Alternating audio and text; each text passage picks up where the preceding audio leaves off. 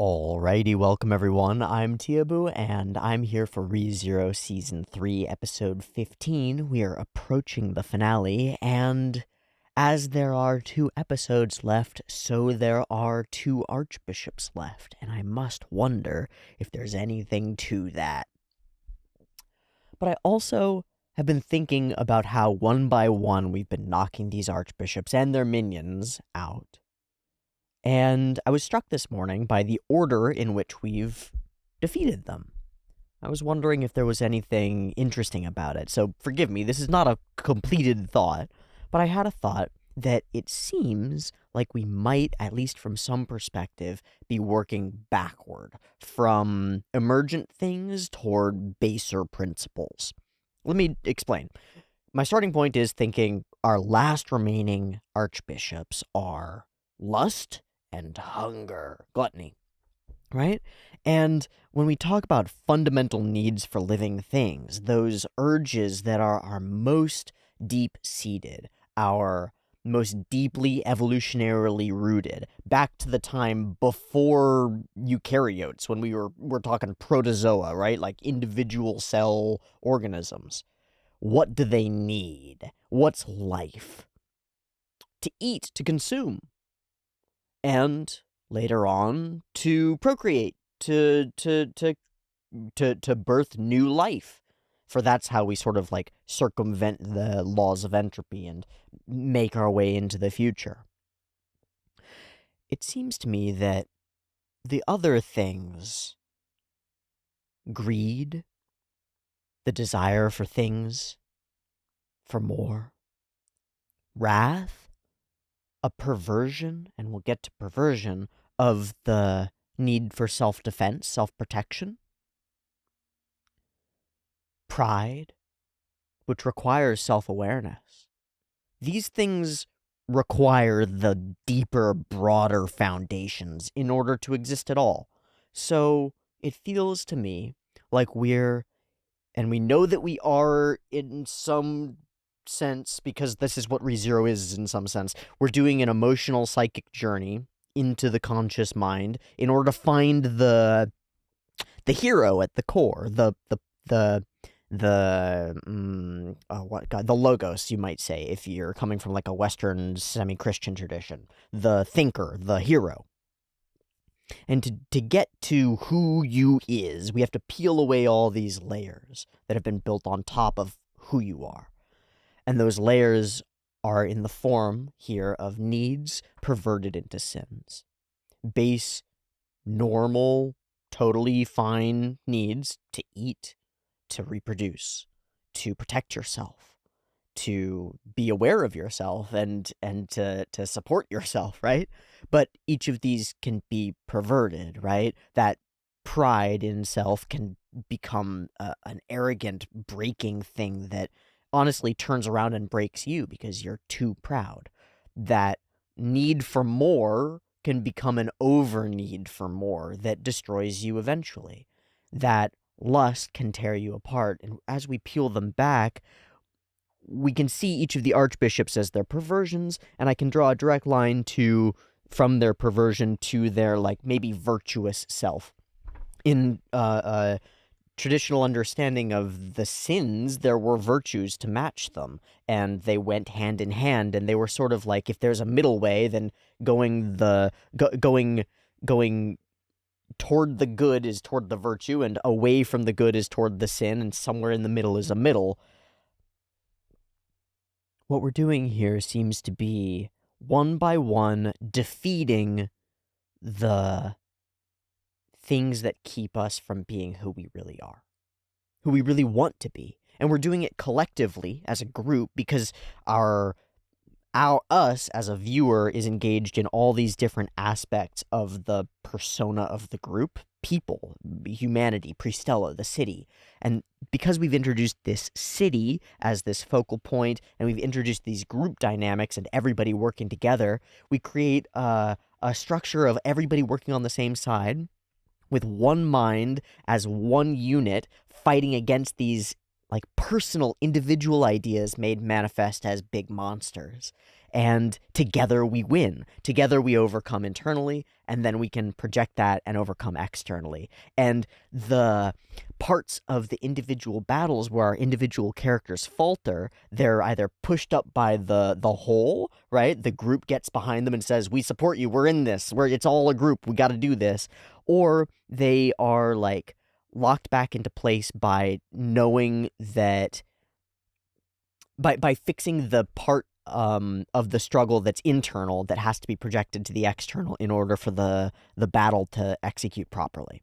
So this pieces together the part about like the fights are about ideals and then they're executed as a cool visual display of a fight. They're not just the execution of the ideals, they're the execution of the individual character's ability to like work through those ideals and embody them and fight them out against their direct perfect enemy. The perfect enemy of humility perhaps would be pride. The perfect enemy of like generosity would be greed, and the perfect enemy of love would be lust, and the perfect enemy of gluttony would be like temperance or just eating enough, right? Which is a little bit weird, but gluttony's really evil, so I don't know how that part fits. Again, this is not in any way a completed idea. I just wanted to try to work through it because it also sort of justifies the drawing that I did, which is of a big pyramid of weird interlocking shapes, which feels right to me. Because that's sort of like what I envision a person to be. You're a pyramid or a shape built up of strange interlocking shapes that all fit together in ways that you can't really see on the inside. You can't see how those shapes click into each other, but they all seem to. And it's unclear what's at the center of it, if anything. But the whole thing is quite impressive and pretty interesting and stands on its own. And it'll all fall apart if you take out the underlying pieces. So I don't know if that's an agreeable framework for the season, as I'm starting to sort of conceptualize it as a whole as we approach the end. But there's something about the order of operations in defeating these archbishops that seems like it could have meaning to me. And it's one of the, maybe we'll pull away and say that this is one of the cool things about ReZero. He's managed to create a world that's infused with, like, mythological meaning and mystery. And that's really, really cool. There aren't that many series that do this really, really well. And I don't know that I thought it was doing it well while it was being done. But now that many of the pieces are in place, I'm very happy with the end result sort of landscape that we're able to play with. The pieces that have been put out make a lot of sense to me now, even if I don't understand them completely. I get the feeling in that mythological sense that I'm watching great stories play out amongst these great figures in the way that as a child I got that feeling reading the great myths of Greek and Roman mythology and seeing these stories and feeling like there was some kind of resonance to them, or like there's something here but I don't know what it is. And what it was that those were stories that were told and retold over and over and were like important. And I think that our author has tapped into that, pun not intended, has tapped a little bit into that and is telling stories of mythological importance on a cool landscape that he set out. And yeah, envisioning it for me as this internal and external psychological journey toward the center of the self suddenly starts to make sense. In the self, he finds connection to the other, and in that, he finds himself, and then we form like a more cohesive unit that all goes on. First it's him and Amelia, but now it's expanded outward to be this whole group that's like one organism. And it includes people who are even ideologically opposed to us, like Priscilla and the other competitors for the throne and stuff, and we're still able to move forward together because we've ironed out some of the fundaments properly, not as sinful foundations, but as like proper foundations for how we act. Okay, that's my spiel here at the beginning. There are two archbishops, and I think it's going to be pretty fucking cool to watch them die. I really don't like Lust. She's awful and monstrous and horrifying, but I think we're going to focus here on Gluttony, because our episode's title is Episode 15, A Hideous Banquet. We know that Otto and Felt are right up against it. We don't know where the other Gluttony is. There's another one running around out there, and that's a problem. And there are enough solved problems in the puzzle that I think we might be able to hope for the arrival of, like, support, of backup, but we probably can't rely on it. Otto needs to come up with something clever, I think. This is where we're sort of moving, I think, is like a lot of weight is on Otto now. And I think he can pull it. Honestly, the setup we've had is like separating all of our characters so that each of them can develop and fulfill their internal arc in some potent way. And I hope that Otto can do his, right? Because that would be really fucking cool. If we get some more information on Felt and push that forward too, that would be awesome as well. And if we turn our attention at all to what's going on with Al and Lust down in the depths place, because we just sort of left that. He was fighting her and seemingly doing really well, and then we just jumped away, and suddenly we're doing Garf stuff, and no complaints about it, but what's going on with Al and Lust? Ah. Um, Otto and Gluttony is where I expect us to focus. And I expect slash hope that we get that badassery of intellect, of just skill and sneakiness and intelligence and outthinking that we often produce from Otto. I think that would be really cool and cement him as, like, he's already such a powerful party member. I guess what I want to say is, like, confirm once more that he deserves his place amongst these, like, powerful people, and Reinhard's a god, basically, and all these things, and Otto's just a merchant, but we need merchants, we need traders, we need thinkers, especially when they're dedicated to thinking about connections between people, and connections between people and weird creatures, because he loves the weird creatures, and we love him for it. He's our boy. I think that's my whole spiel here at the beginning of episode 15.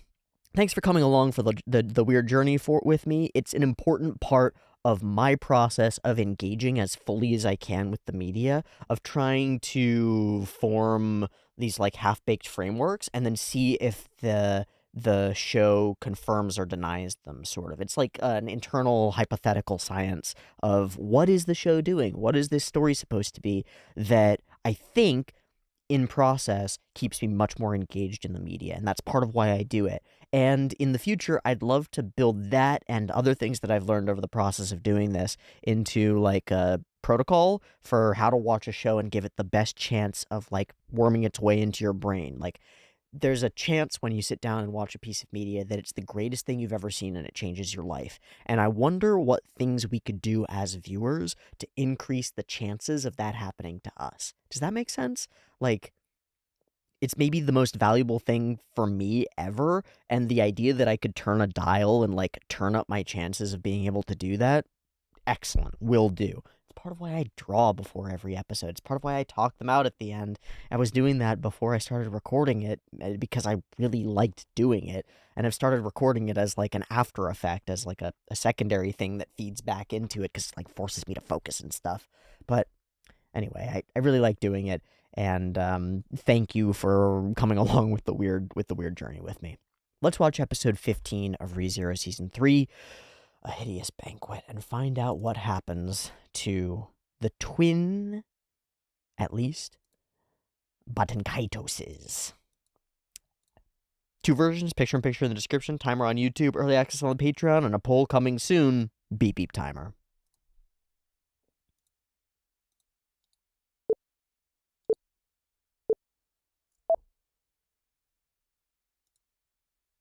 Wow, we're starting with the OP. How weird. No thing in the beginning of it. Weird. Should be normal. Very weird.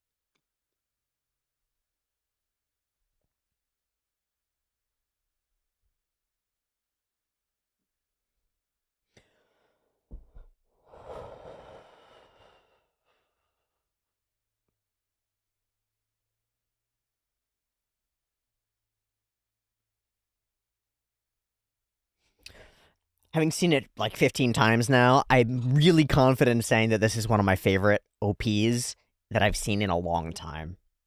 The way that it fits the story that we've been telling, the parts that have been expressed really effectively, the fucking vibe of it, the way that it promises action to come. I really like it.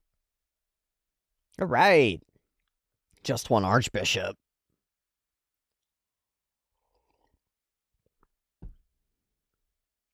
So, I'm just a dick.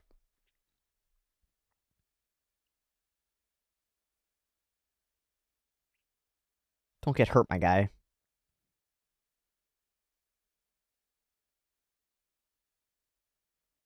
Fuck.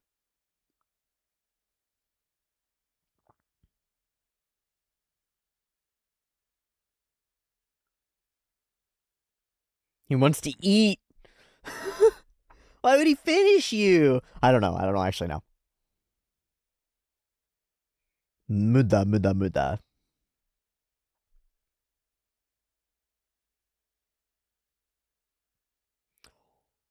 Oh, you're the gourmet. He's the glutton? Oh, they have two sides.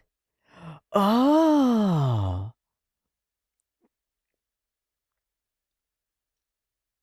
I just hadn't put the gluttony and the gourmet part together. That was a really cool shot.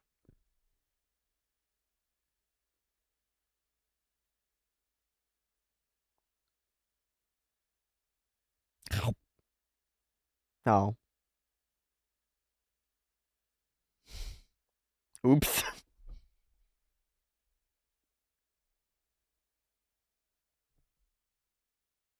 We idolized you? Brother?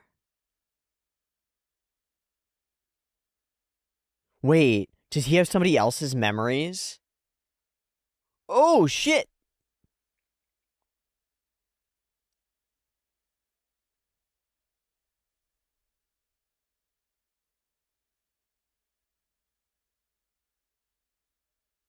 He does have one of their memories. I bet it's his little brother. Fuck.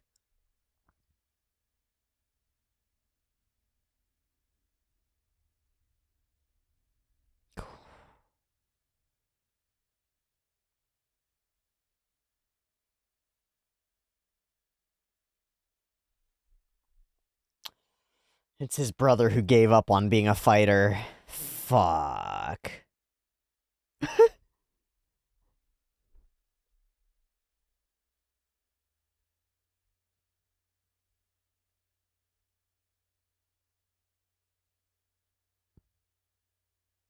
Moves you haven't shown your brother.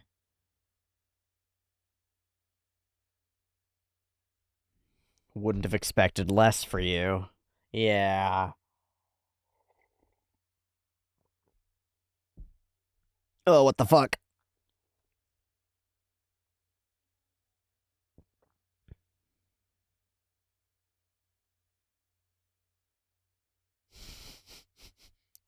You're really creepy, Gluttony. Yep.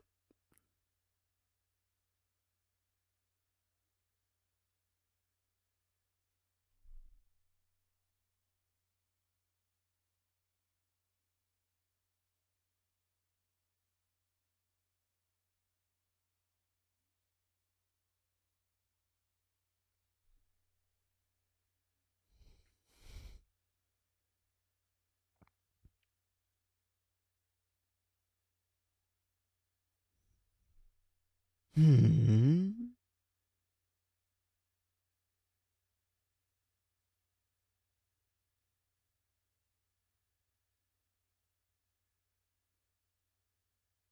Wonder how many personalities are stuck inside that creature.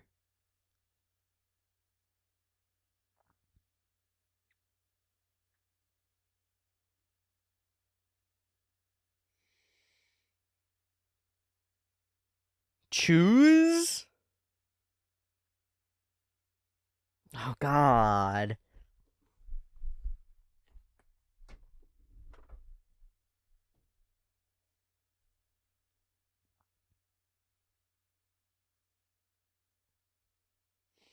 Oh, this will be a specific story. He should be shocked now.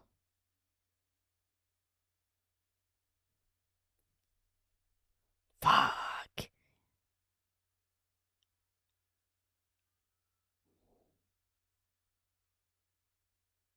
You ate. Oh, it's the same as the whale. It's the same as the whale. He's gone. He doesn't exist anymore. Wait, but that means that she's maybe. Wait, no, she would be in the whale. Maybe though.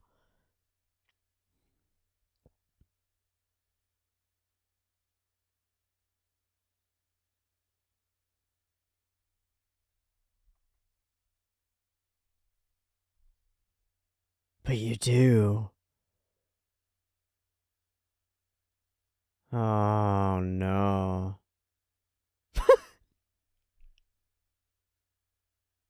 The translation to buds is really funny.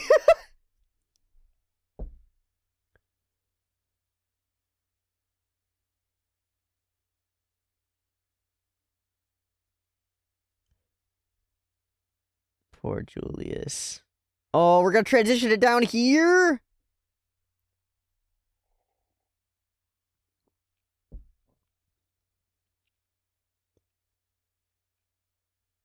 But are you just stalling?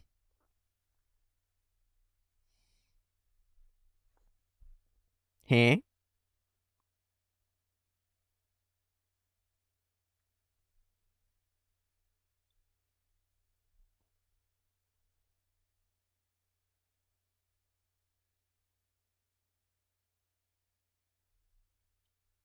She's got you there. Why are you stalling? Show me your gifts.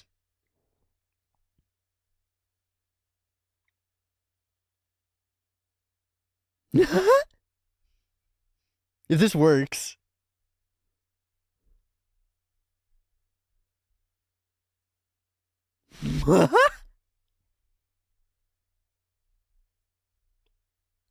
True love. Yeah. Oh, God.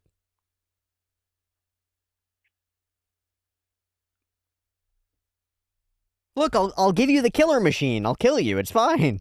Come on.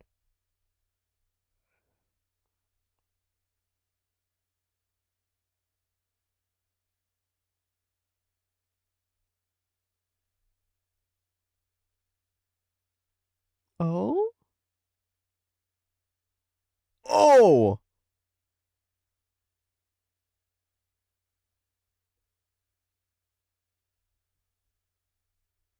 That's a kind of love.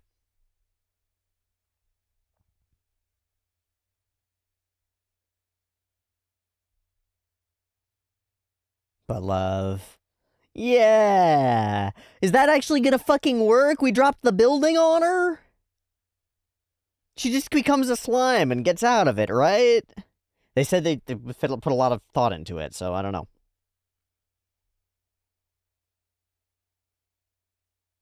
Hi, buddy.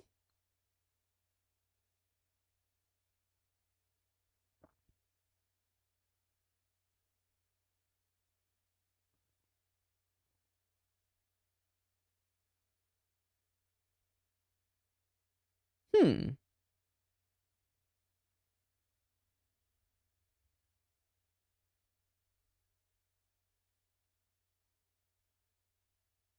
Yeah, how are you all right? Okay.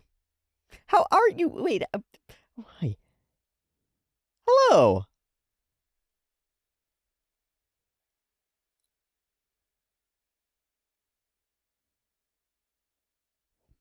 Yeah, that's what I was thinking.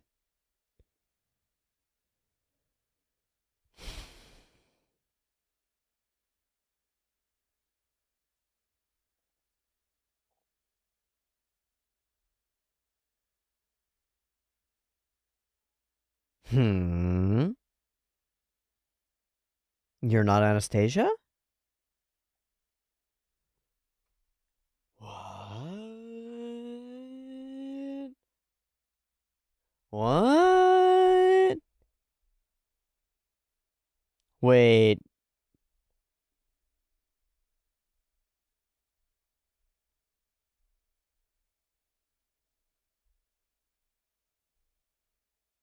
Oh, Jesus.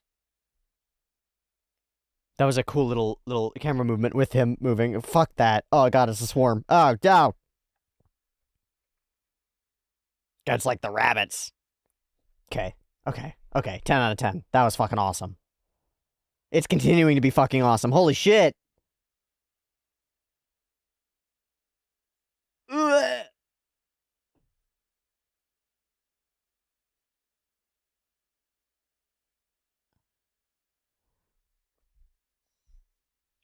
Yeah. Well, we have made like no progress on either fight.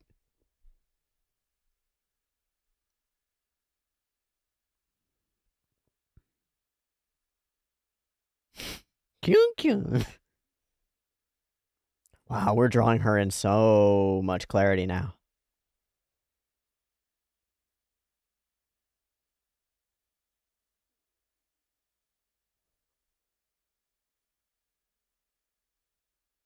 We've won.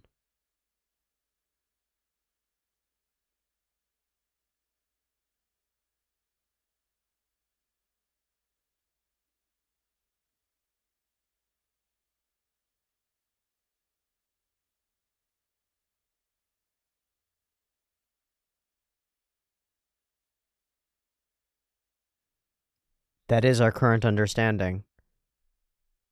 Book.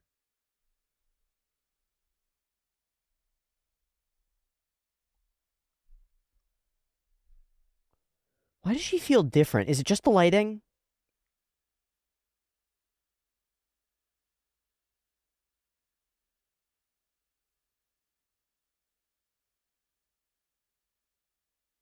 Hmm.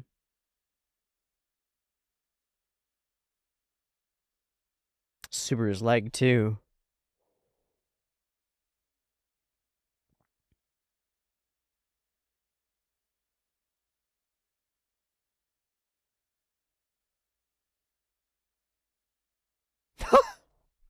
You're welcome. You can keep it.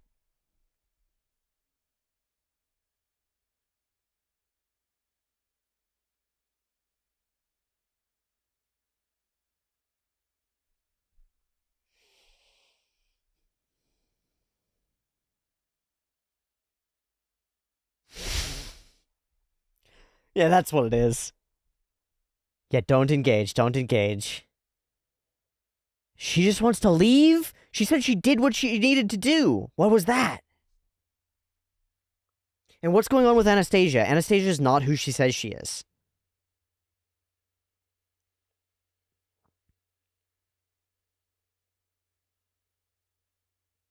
Damn, it's too bad that that last one was CG rats. Because every other scene was absolutely 10 out of 10 incredible.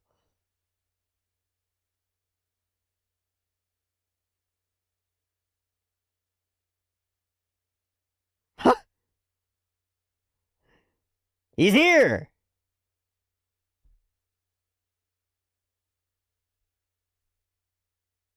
But they're... Okay. Yeah, that.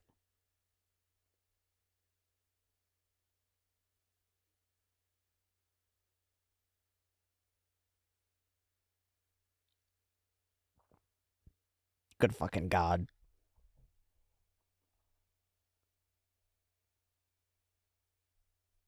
It's real good to have him on your team.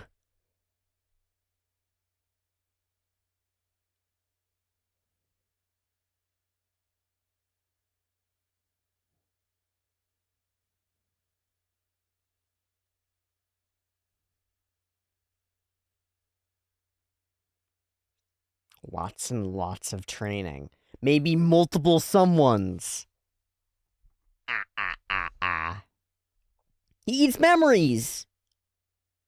Oh, we got it. Ah, shit.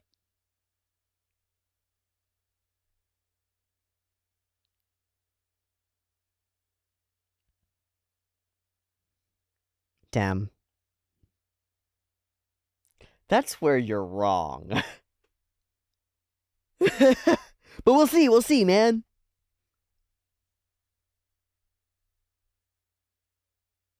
Ugh.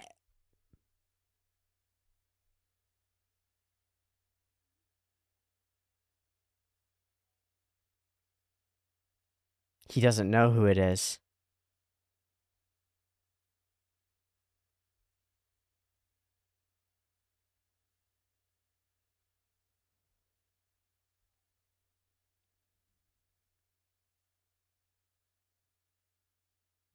Yup.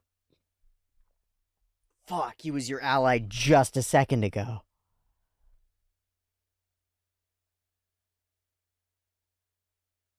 Fuck. It's me, man. We've been friends for so long. Fuck.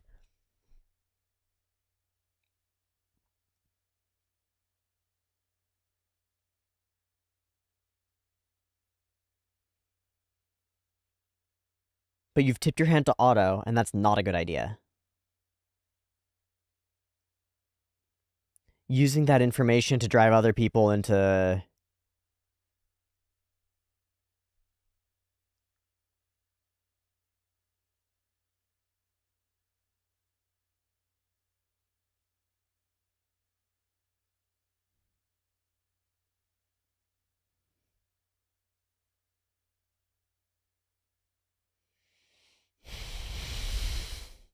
Mmm.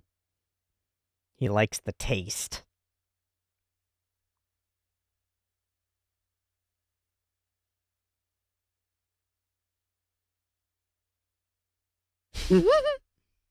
Yeah, I don't get it, man.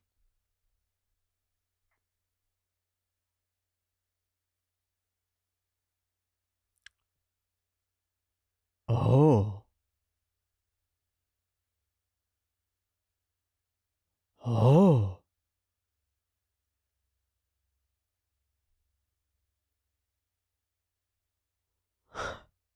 People with sharp knives are worse.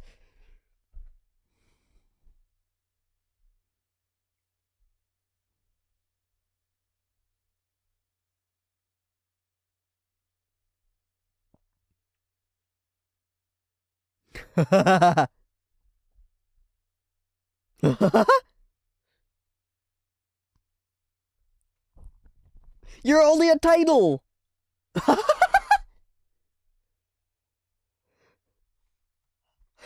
So wait. The fact that people ignore him and don't think about Otto absolutely makes him the perfect person for this.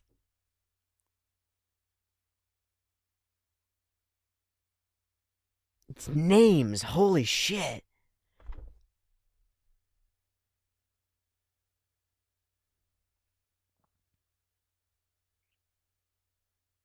Yeah.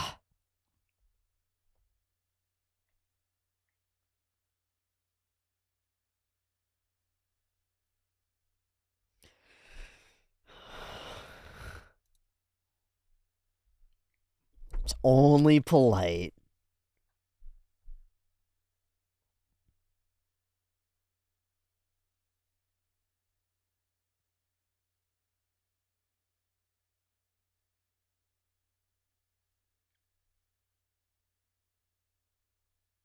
Just on no. Okay.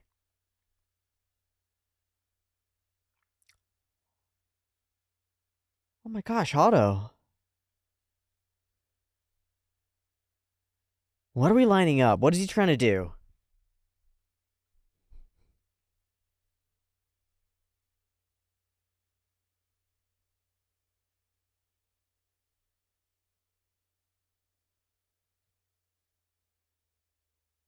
Huh?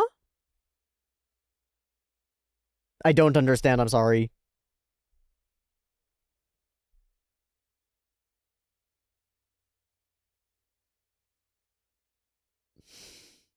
Nah, it just made him sexy. No!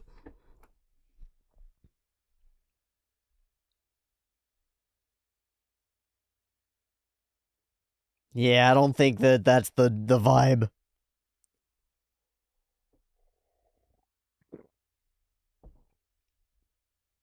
Do you?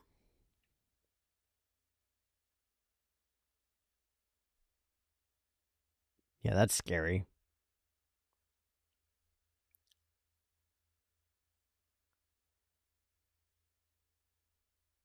Betty? Betty? Jesus, what the fuck? Otto was about to get his fingers eaten. How are you here?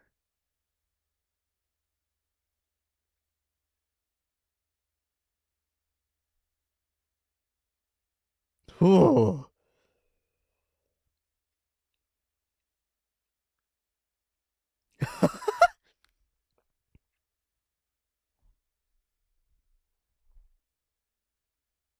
Fuck, he already knows.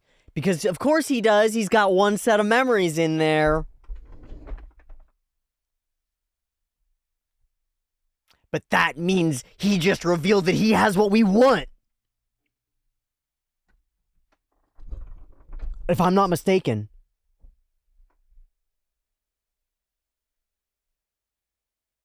Yeah.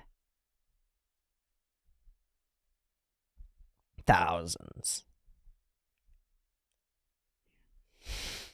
Yep, she's in there.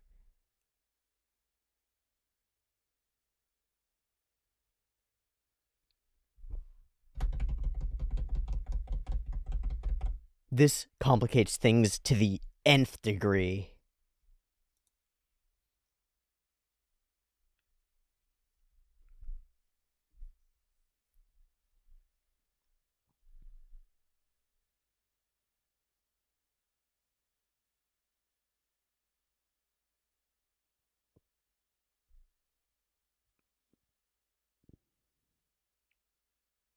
Hmm.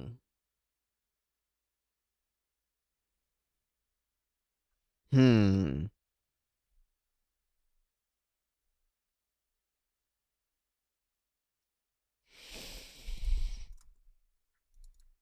Ah! That's fucking awesome. What a crazy cool setup. It brings us right to the point where he has what we need, but we don't know how to get it back. She's in there, but we don't know how to get her back. There's no mechanism for it. If we eliminate him, we might be killing her, or at least killing any hope we have of returning her. Is she just gonna fuck off? Is the dragon? She's just gonna fuck off. She's gonna be like, all right, later, peace. Done what I need to. She lost, but I mean, we're not gonna kill her. It's really the only way to write ourselves out of this is we find a way to trap her forever, which isn't gonna work, or she fucks off. She's gonna fuck off. There's nothing more for her to gain here, I suppose. Of course, that continues threads on into the future, which is really cool. I was worried that we were just going to seal the deal here in so many ways. And then our attention can really turn to where it's been the whole time. Like, the driving force behind why we're involved in this really is her memories. I said it while it was happening, but I want to reiterate it just because this might be the last time we get it. Might not, but it might be the last time we get it. I really think that this OP for ReZero Season 3 stands out and is a great representation of the season that we've watched. It promises more than previous ReZero OPs have. And then the season actually delivers on those things in a way that makes the whole thing feel better as I watch each episode, you know? I'm more impressed by it as we watch it more. There are pieces that come together and fit that, like, they feel really good. Okay, so A plot, B plot, one side, other side, and then Capella stuff. Of our two Baten Kaitos fights. He's a great fighter, and a lot of our time here is to set that up, the power of his fighting. But the brother talk stuff is where it becomes really obvious to us as viewers exactly what's going on. Damn, man. The sequence with him and Ricardo fighting is chock full of some really cool moments. Like, this one, I think, is reused from the previous episode where we set this fight up. or maybe it's not here. It's like a rotating shot around them. This. It's really cool. There's just a lot of careful, well put together scenes that feel really nice. I was really hoping that he was going to eat the ball of lightning, but I guess it's good that it wasn't what I expected. A spell you worked your hardest to create. God, it's so fucked up. So deeply messed up.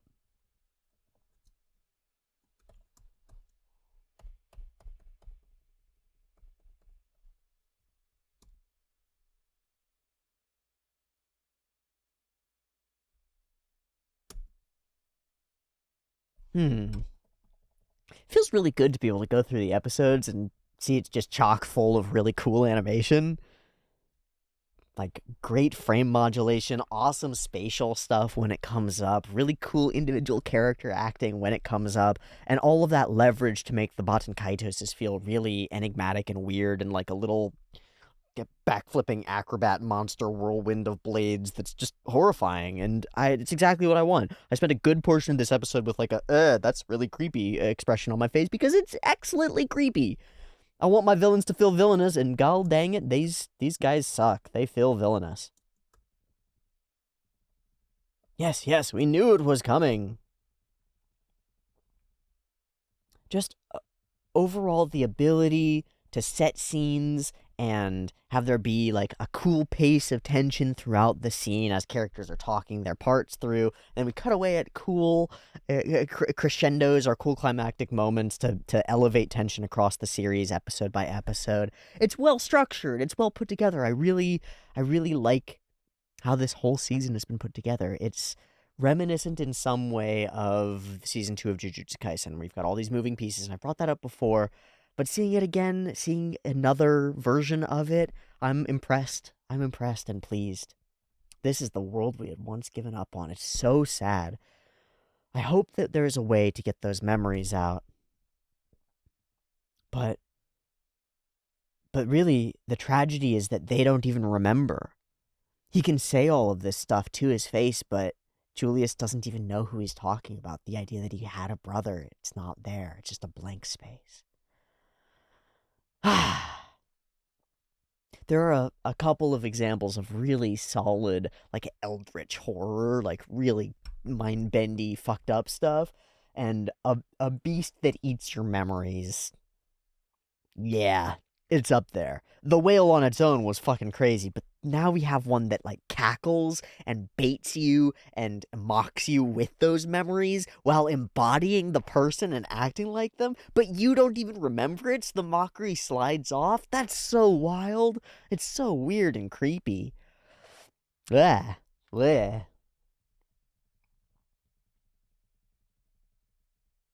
This one is new to you. Yes. But how? I don't know. And what is the lunar eclipse thing?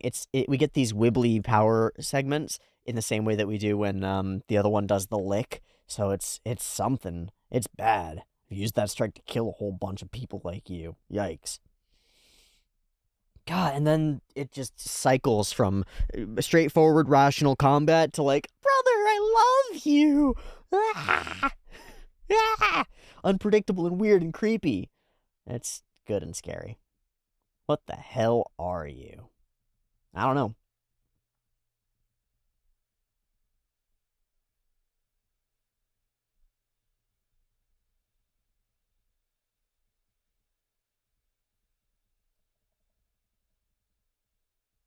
What a great feeling, so this is how it feels. As though by living through him, the people within him get to achieve the things that they weren't able to in life. And we and ourselves finally know how it feels. Come my buds is really funny. I don't think I can get over that. That's hilarious translation. And snap, cut away. So this is that tension build. We're right in the middle of that, and we've left it hanging right at its kind of crescendo. So that elevates the tension of everything else as we go. I love the banter between them. I really do think her face looks a lot different when she emerges again after the rats situation. I wonder what's up with that. She's so well designed. I really think she is. Innuendos. You were thinking about me. It's all love. The monster to the girl to dragon transformation is cool as hell, but it does get absolutely overshadowed by the bigger one. Boom! And of course, it's nothing. Just for me, what could it be but love? So we drop the building on her, and with it, the PA system, which has its symbolic relevance. Anastasia, wow, what is it? Okay. Anastasia Sama blew her face off with magic, but she ended up just fine. Magic? After she claimed she couldn't fight, too. Not very nice of her. He pulls the sword on her. Because this reveals that the real... Al knows for sure that the real Anastasia Hoshin cannot produce magic.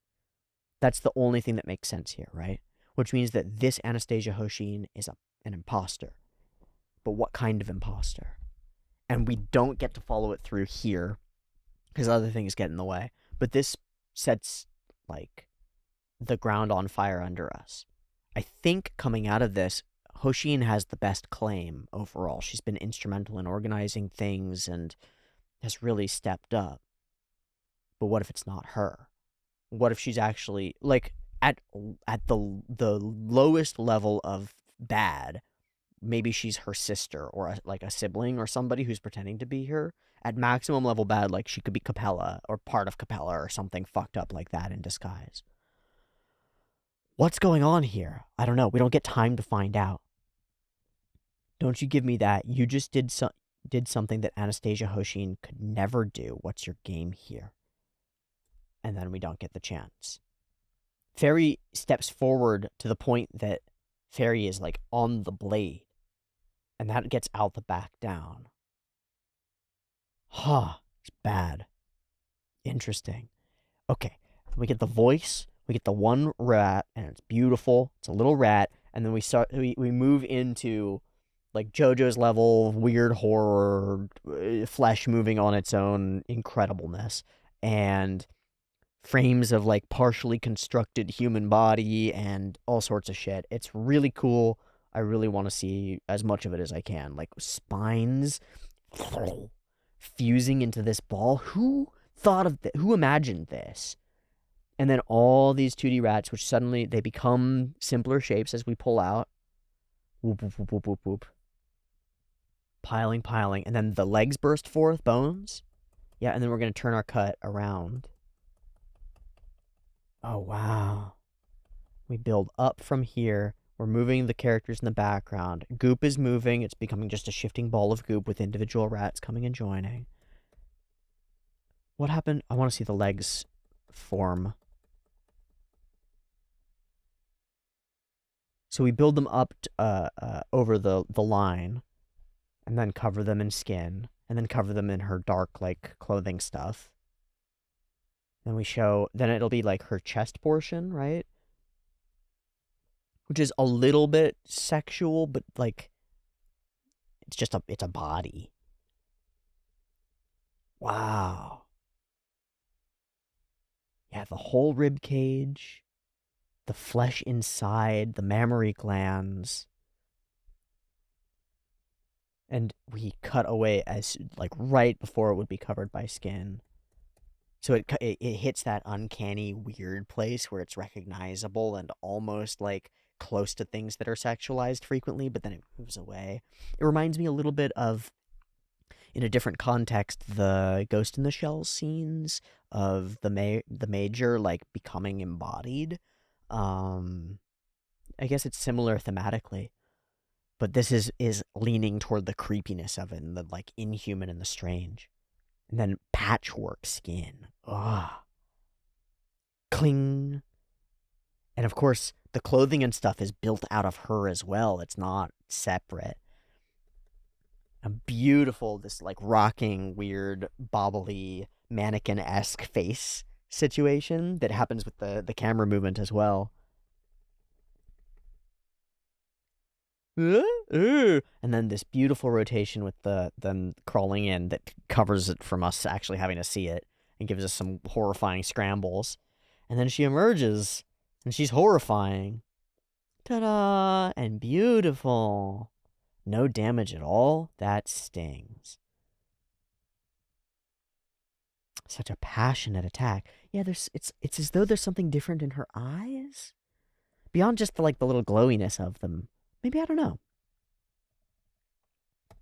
Your inability to read and understand the situation. So in her text, she implies that we don't get what's actually happening, which fulfills the part where she's like, I've done what I needed to. I'll take my leave for today. I'm done for the day. I've already done what I wanted to do, and I've committed your cute, sweet faces to memory so I can kill you whenever. More importantly, so you mean your book told you to. And she denies this. I'm not ordered around by the book. I've got my own ideas, my own feelings. I'm not deterministic. And that's a really interesting idea. Because if you are the embodiment of a force, you are deterministic, right? Choice doesn't come into play if you are solely the execution of the force lust on the world, like you're just the embodiment of that and you're going to do it, then there's no choice to you. Your choices will always deterministically slant in that direction. So I wonder if the archbishops are locked in some way. It seemed like Betelgeuse, once he became an archbishop, kind of was. I can't recall if there's direct evidence to dispute that. I'm not sure. How is this pure love? The sooner we kill that thing, nah, it won't work. Fantasy, not hope. Even if I die, the blood stays. So there's no hope for Kusha, basically.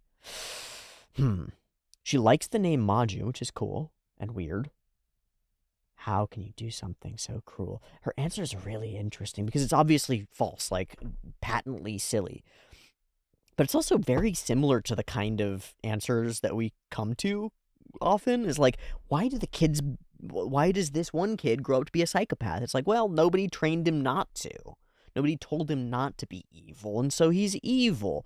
Well, that doesn't fit, right? It doesn't work. You get a whole population of kids, and most of them don't go and become a psychopath, so why did this one? It's a good question. It's a good question. I don't know. I'm not one. At least as far as I know. But also, you're not engaging with a creature whose incentives align with answering you in any sort of relevant way. Her incentives align with freaking you the fuck out. And honestly, she could answer you in whatever way she wants just to freak you out and lie, and you wouldn't know. You wouldn't know different. So I think Al's point is maybe the big takeaway is when you're engaging with eldritch abominations, turn away and run. Just run away. Just don't try to outsmart the evil demigod. Just run away. Vibes. Don't let her provoke you. Just run. If you don't keep up the fight, more will die. More dead bodies mean more demi-beasts. So go all out and slaughter them all. It's perfect. CG rats. It's really unfortunate.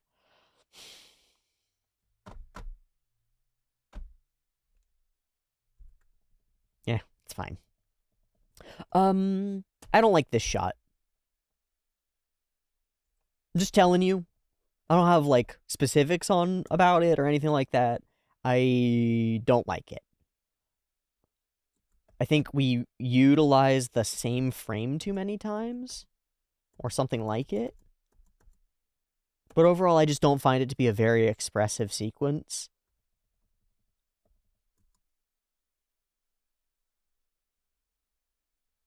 I don't like it. That's it. Fairy appears. Or Fairy calls for Reinhardt, and of course he appears. All of them put them out of their misery.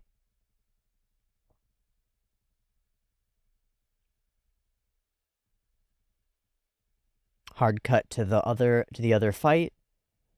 Otto realizes, and Gluttony clocks it immediately, which is really scary. Because he doesn't just have physical skills, he's got mental skills and information too. Fuck. So, Hicks Hartman, he does the lick, he's licking his hand. We get this thing. Who is that? He's gone. He's nobody.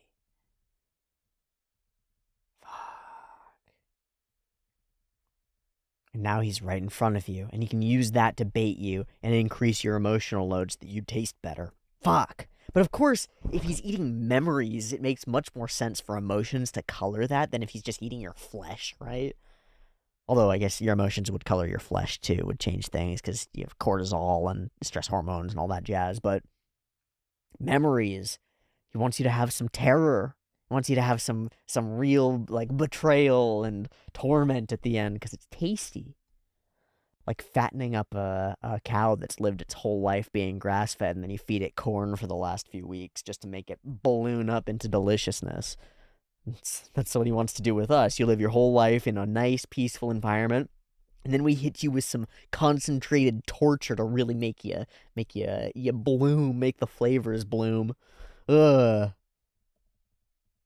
The power to consume names. That's cool. Otto figuring it out is really cool.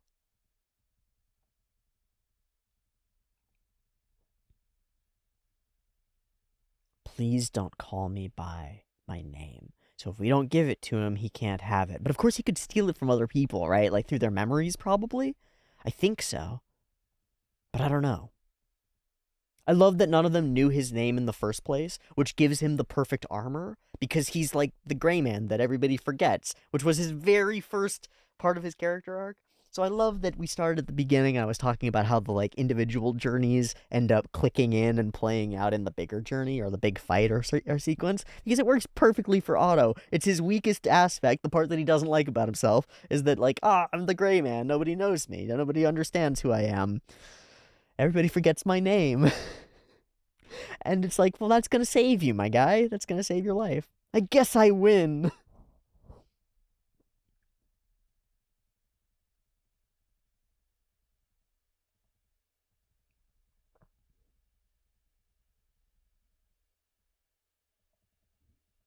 Okay, so what happens here? So, hey, not bad. Cool fight. Otto runs at him and hugs him. Oh, I guess maybe he puts the bombs on him. We talk. He tink, tink, tink. Oh, yeah, okay. So he did. He lodged some bombs inside his cloak. That explodes, and unfortunately doesn't make him dead. It just makes him sexy. I love this, like, quick, it's so fast, but this quick subversion of the, like, oh, you have so many scars. Maybe I can talk to you about how scarred you are and we can be friends. No. No, my guy. Not gonna happen. Just give me your name. Just give me your name. Just give me what I want. Just give me. Betty's here. Okay. I love the arrival of Beatrice. I don't know how she's here. Don't really care. It's great that she is. We absolutely must not let Subaru meet this guy because he contains, well, her. Do we have a better road than just putting her to rest? Than just ending the gluttonies?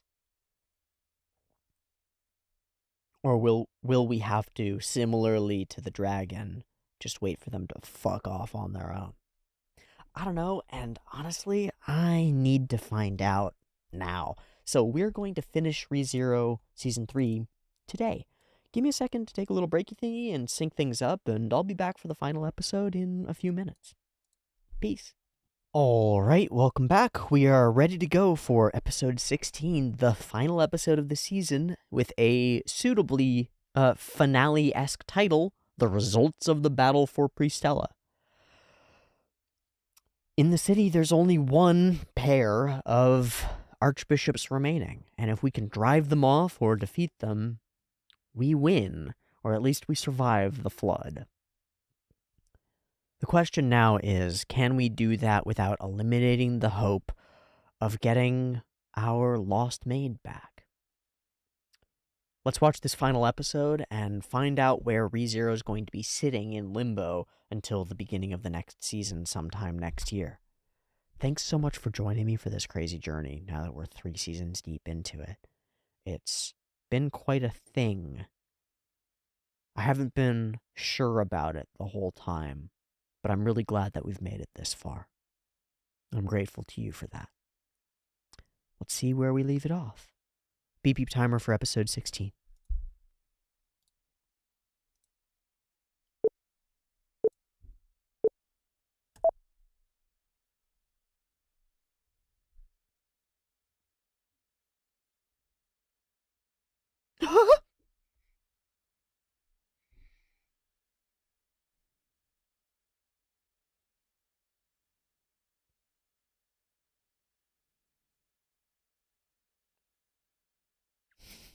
Of course you can.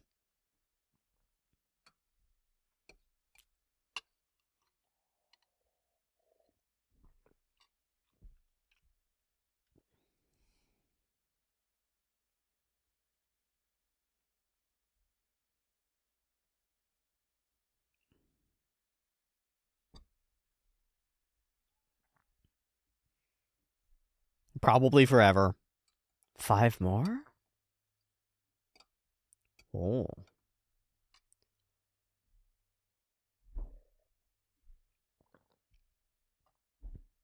Oh. Okay.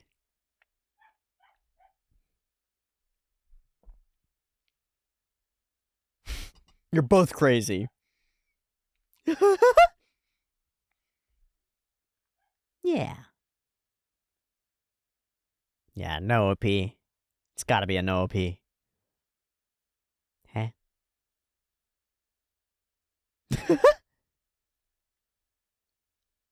Ah, shit. Ah, fuck.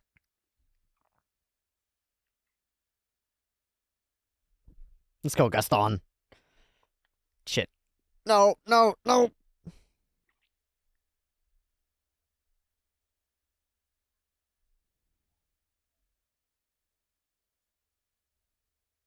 At least you didn't lick him.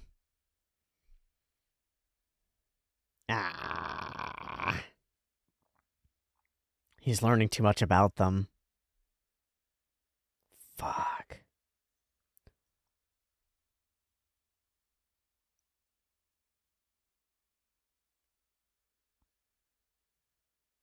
They're just left as husks.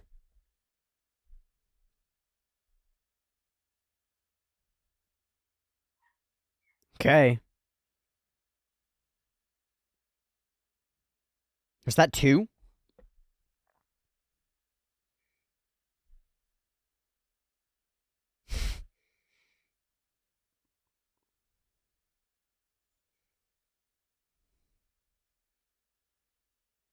No!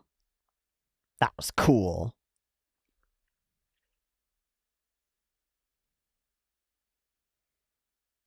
Okay, the darkness. We're really burning through. Huh? Oh, shit! Okay, great! Don't announce it. What's that? What's that wrapped up thing? I don't know. Fuck, fuck, fuck. Yeah, felt no. That's bad, bad. We have to get them all back. Wait. Wait. Wait. What's happened? What just happened? It backfired.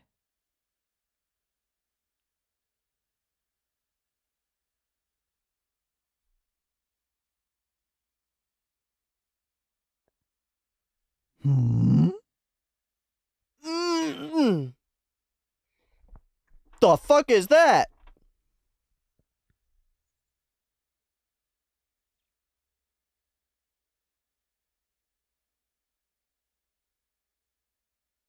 She about to beam blast him.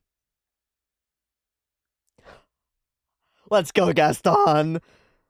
No one grabs like Gaston. Hey, triple take.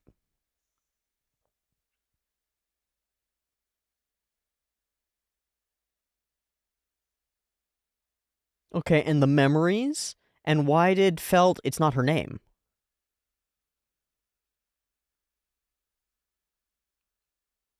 Dude, what the fuck is that? Why is the Spear of Longinus here? What the fuck? Why is Freerun's staff here? What the fuck?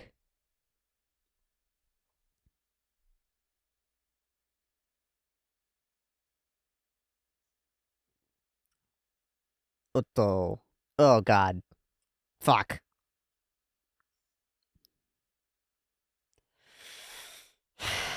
Not even close to enough, huh?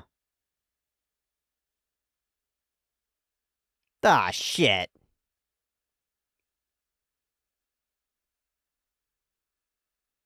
What the fuck?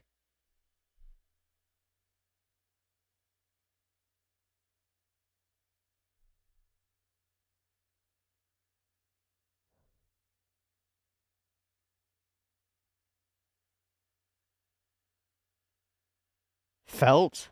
It's not your name. Oh, shit. What the fuck?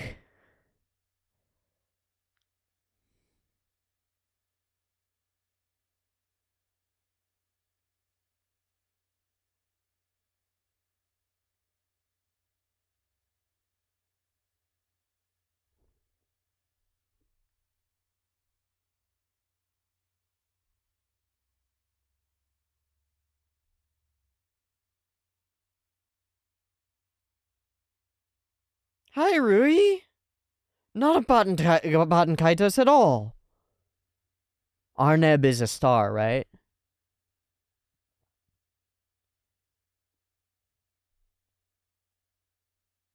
It's not your name, though.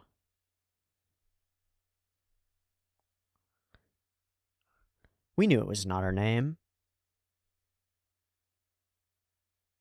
Were you inside him? Yeah. No, I think it's Queen. I think it's Queen. They're leaving. What the fuck are you, Rui?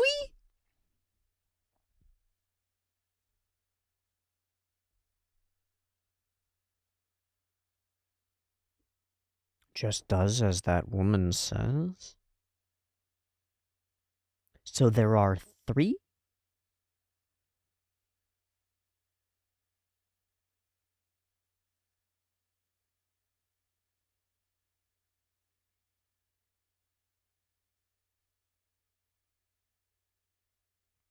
You can't.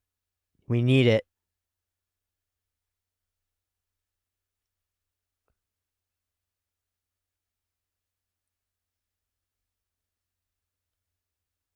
Do we... All of their memories are gone? Fuck.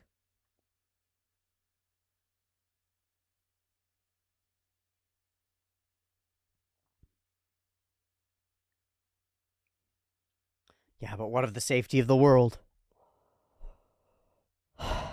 Of course it feels like an anticlimax. Yeah. We take our victories where we can, and now we get to mourn the dead.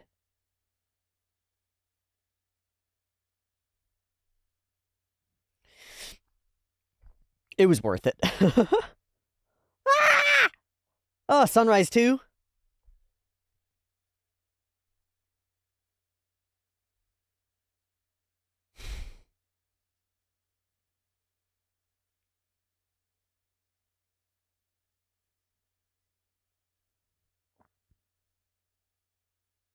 Oh, gratitude and hugs for sure. Ah, hugs and snugs. You'll take the snugs.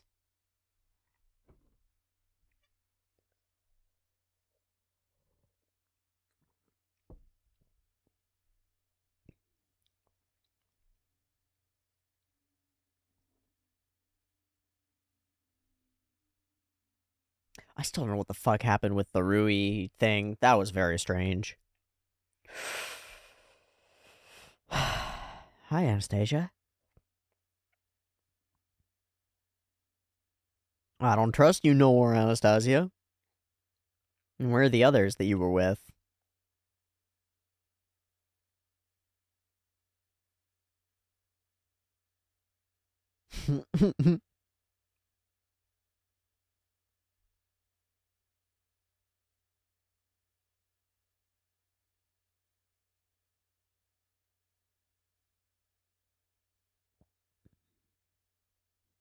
Hmm. Hmm. Yeah, are you okay? You got a leg that's in the problem.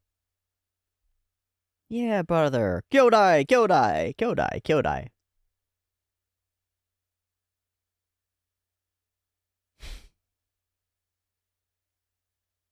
Oh my gosh.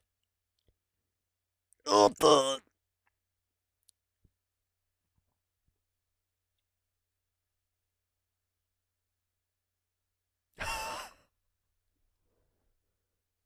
Otto. She's squeezing the weakness out of him. I love you, Otto.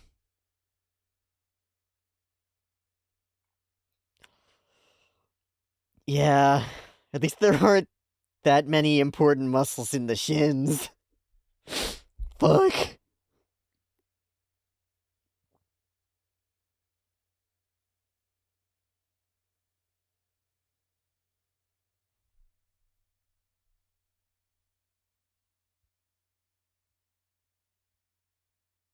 Hmm.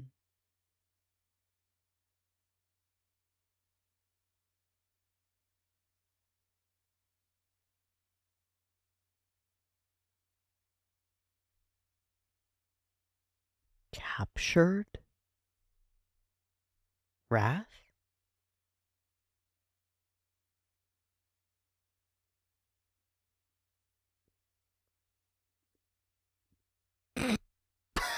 I'm so glad she exists. We get her theme too in the background. Oh, this is great. Yeah, for sure. But information.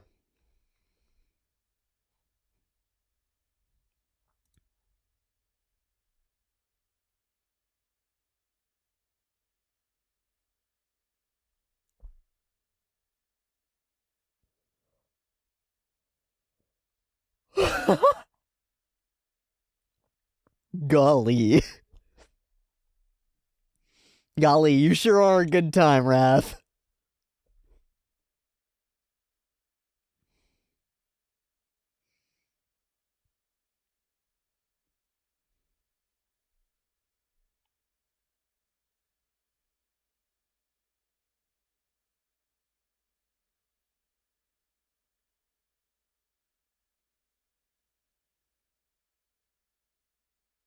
I don't think so. Yeah, deep misunderstanding.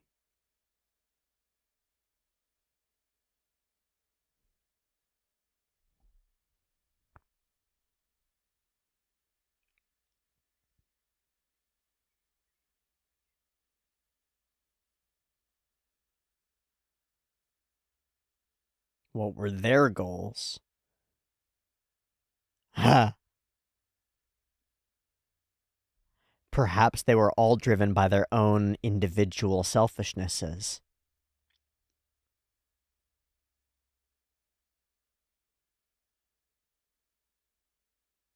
Ew.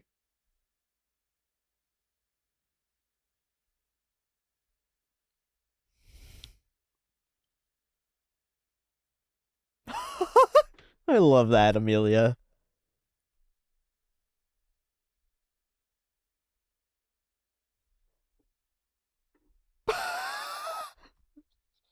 Pass, pass, hard pass. All right, let her rot. Oh, nope, nope, mm-mm.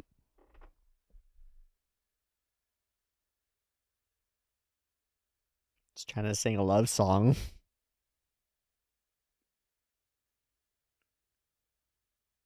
You don't like my singing, love? Oh?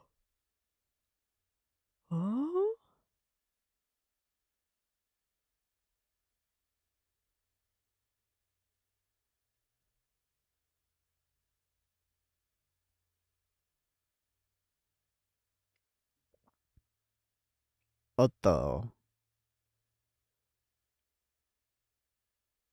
Otto. Gulp.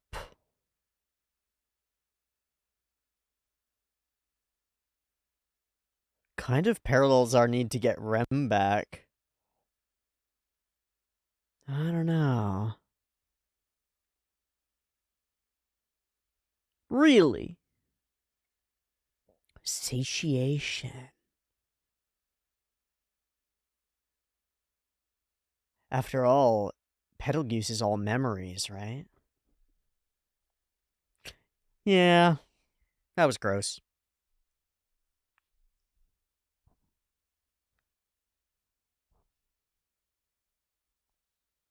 He's kind of one of them.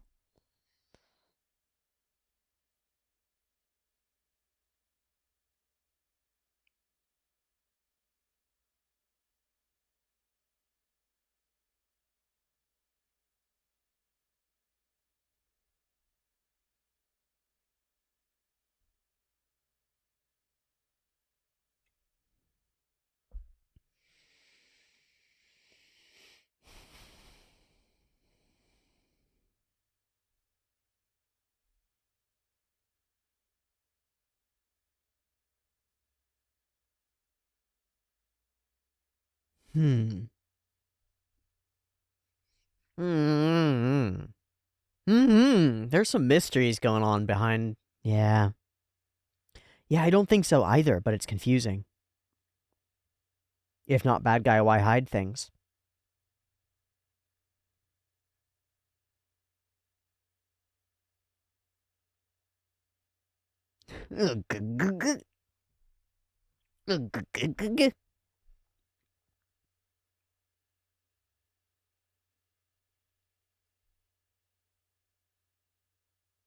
I love all these little leads. They make the whole thing such a tangled web moving forward when it seemed like it would be so simple.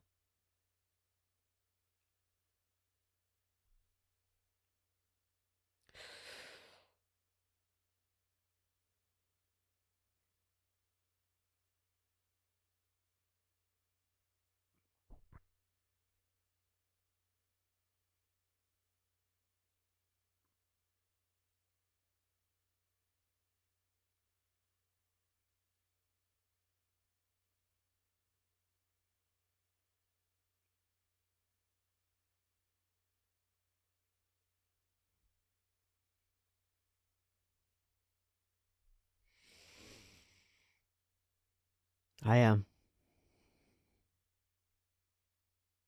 Okay, never mind. Okay, what's the spear staff thing that shot lasers?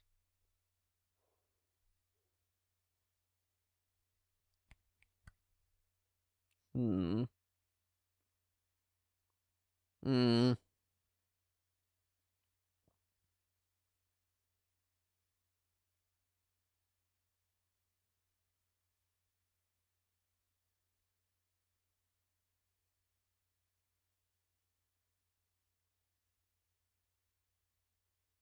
Release them. Yeah.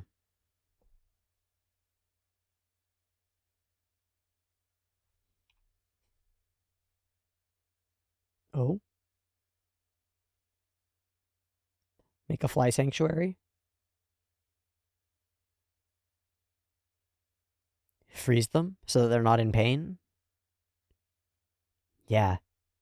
The fact that she can cold sleep people is like huge.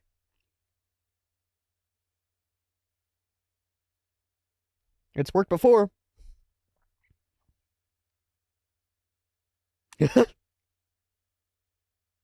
Thanks, Liliana. No, hace nada. Oh, because she must. I don't think the logic. Yep. Doesn't match up.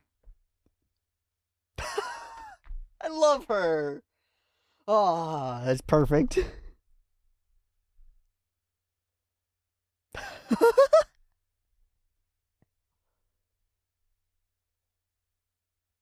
Ooh, sunlight.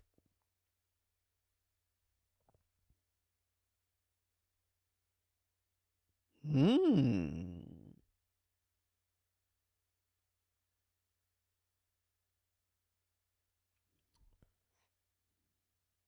What's left of the system? Hi, buddy.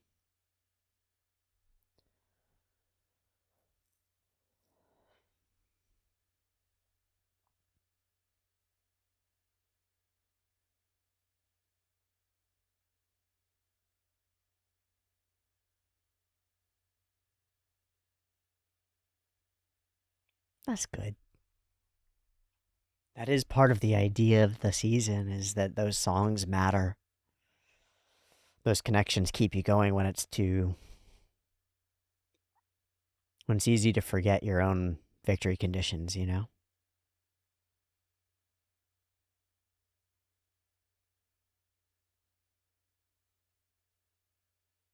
She's watching with, I wonder what that is. Yeah. We have losses, though.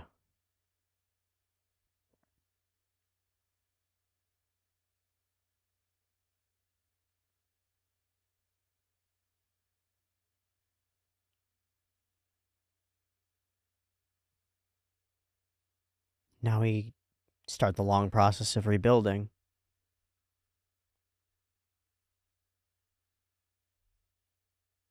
What's that? Oh.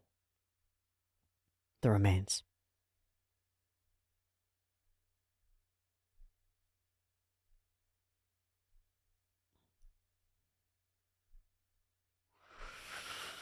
Yeah, you played an important role.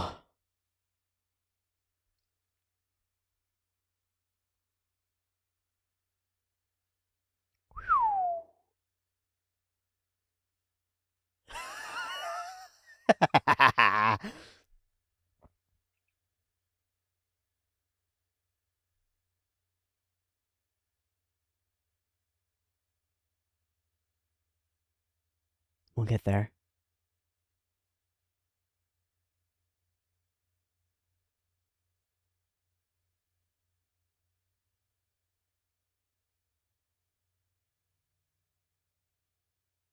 The little kiddos. Jesus. Yeah, we've watched them die before. Fuck.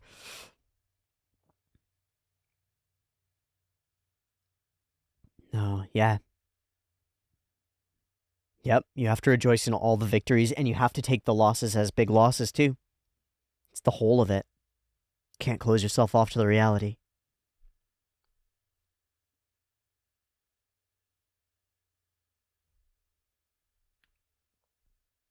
Oh, shit.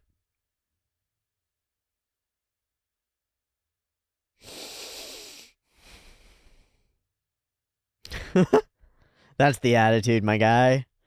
At least it's not worse.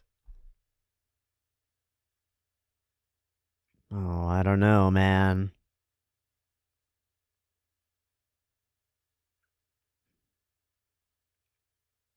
Those words.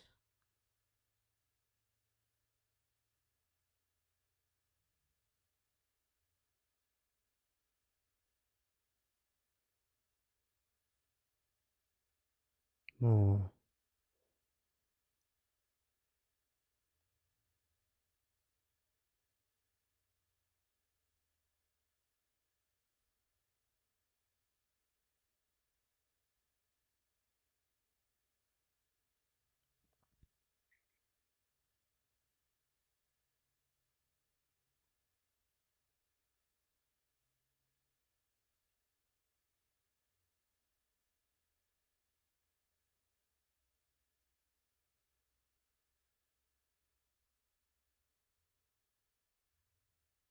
Huh?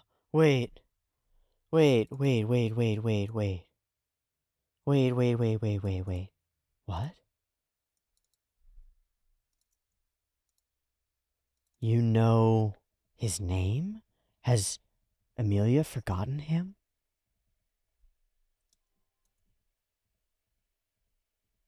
What a scene.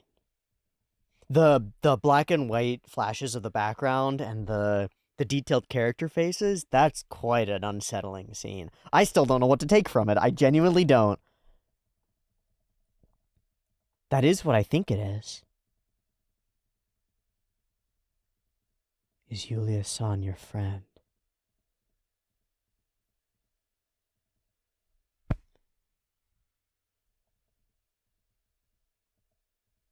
The results. That's what the episode really is. It's about the results. Oh boy. Okay, so there's some battle here at the part. Can we just say what an ending? We've ended, and it's a bittersweet victory as it was inevitably going to be. Some destruction has happened. It's like cleaning up after a natural disaster. I think that the way that we've done the finale, the takeaways, are such a powerful attitude toward life. Like, yeah, we've lost some things, but also look at the people that we have saved in the future, and the children, and the opportunity to rebuild. So it is. This is the way it is, and it's like, what's our what can we do but accept that and move forward? You could accept it and let it destroy you. You could deny it and let it destroy you. You have to accept it and move forward. Something that would make even Reinhard cry. All right, what the fuck is the staff thing? And something like, thank you, mother? What? What do you, what?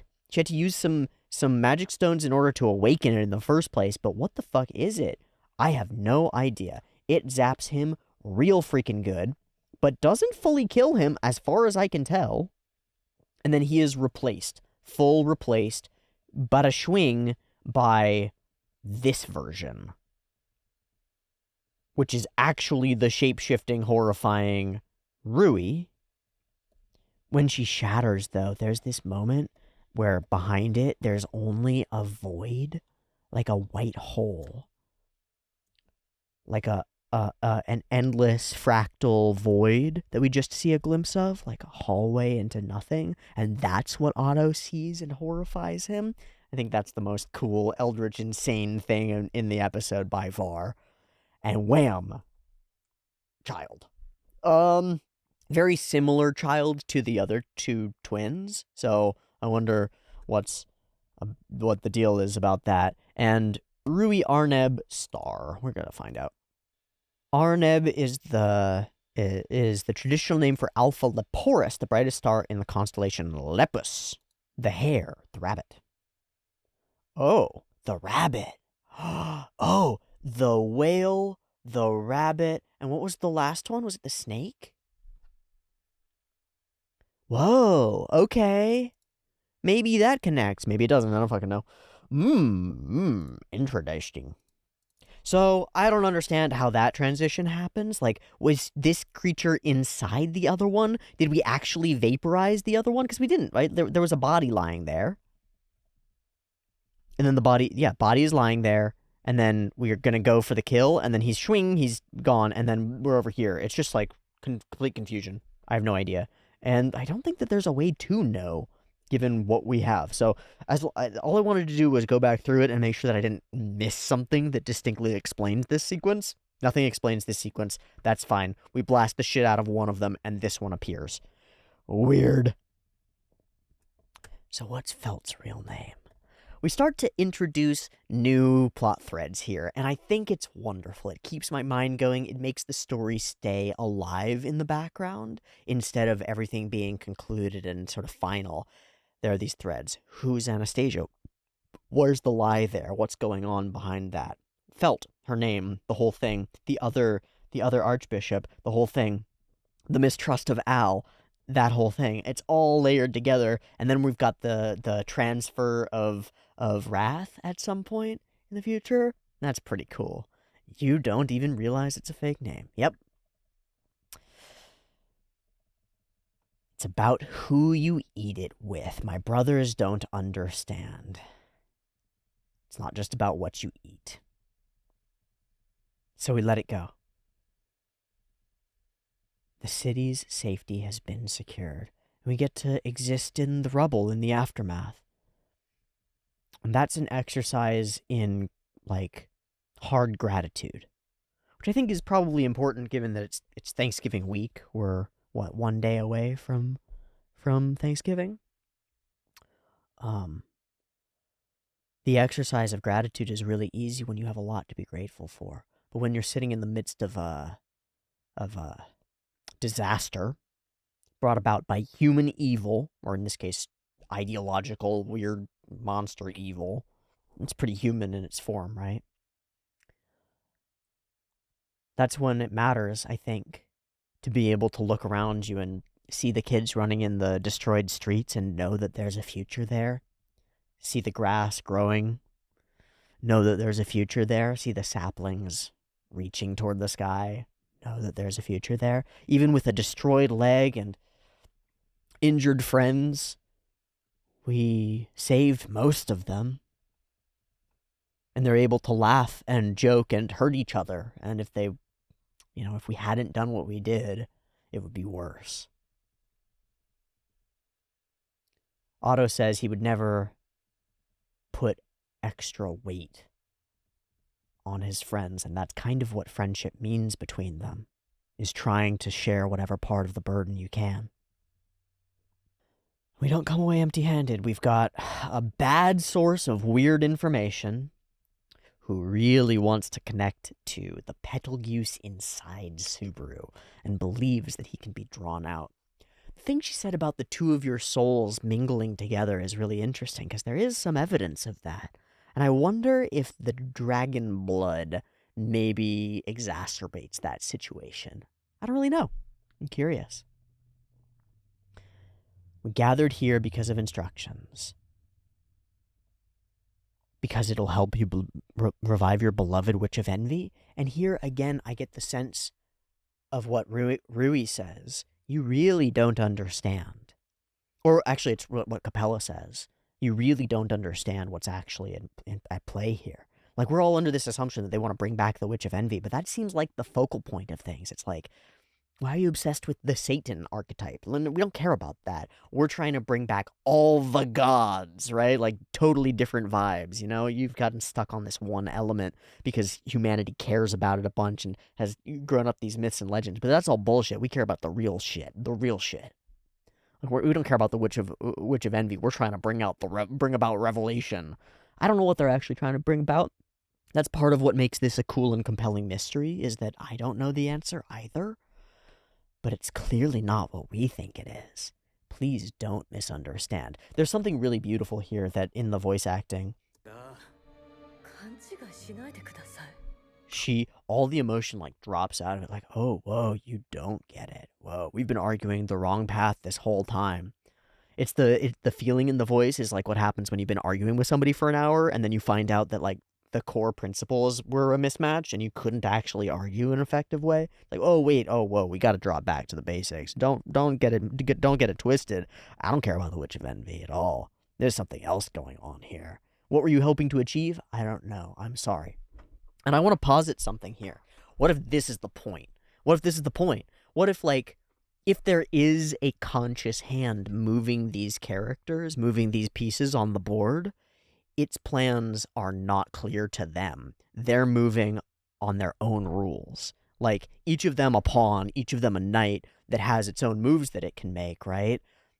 She's sort of deterministically going to pursue what she's going to pursue, and because that fits in the overall goal of whatever the godhead, whatever the hand is that's moving these forces, she's allowed to go and do whatever she's going to do. Like, the individual archbishops who came here may or may not understand the grand plan. They may just be here for their own reasons. Like, Greed is here to get a wife that he wants. Gluttony is here for a feast. Wrath is here because Betelgeuse is. I don't know. That may fit. It may fit. And all of that is to serve some third ulterior motive that they may not even understand the importance of. I don't know, I'm sorry, and I actually believe her. I don't know because the only thing I'm interested in is you. I wonder if that indicates to us that such single-mindedness is really the weak point. As if you only care about one thing, then anybody who can dangle that carrot in front of you controls you completely.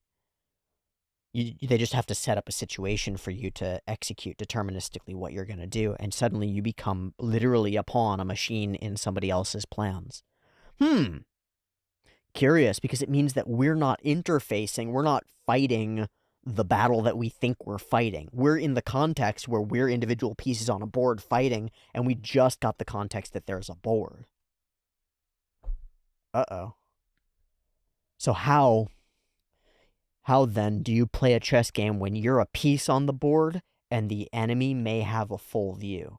You've got an asymmetric game going on and you need to engage in different tactics than you do if you've got a symmetric game. That's really interesting. This is a big wrinkle. So we smack her away and like, get your hands off my man, you creepy bitch. And everybody else basically goes, okay, you're not going to gain anything from this. The way she learns to sing is really weird. Yours is a totally different thing. I could say the same to you. He gulps. There's something spooky there. Beware of gluttony. They will all surely come to steal you away. I don't know. I wonder if that's because of his memory eating thing, or if it's because Subaru has so many fucking memories. That might be, he might be quite a, if Gluttony eats him, does Gluttony know? I don't know. That's really interesting. We layer in those wrinkles, Kiritaka, Al, the transport. Really cool set of threads to pull on later. And I really like the aesthetic of darkness moving into light as the sun comes up. Our mixed bag of an aftermath. Rebuilding, rejoicing, existing, mourning. It's a strong set of emotions. And then the question of Julius. Here are our results. It could have been a lot worse. And it's only thanks to everyone working together that it's not. Thanks to Subaru's speech, thanks to our capable fighters, thanks to our capable thinkers and planners. This collaboration marks such a great change to the way that things are done across the kingdom. I wonder if that spirit of collaboration and working together can drive humanity, the humanity of this show, into the future. If it can be a big step in overcoming the differences and faction lines that divide us against what seems to be a really genuine existential threat brewing in the background.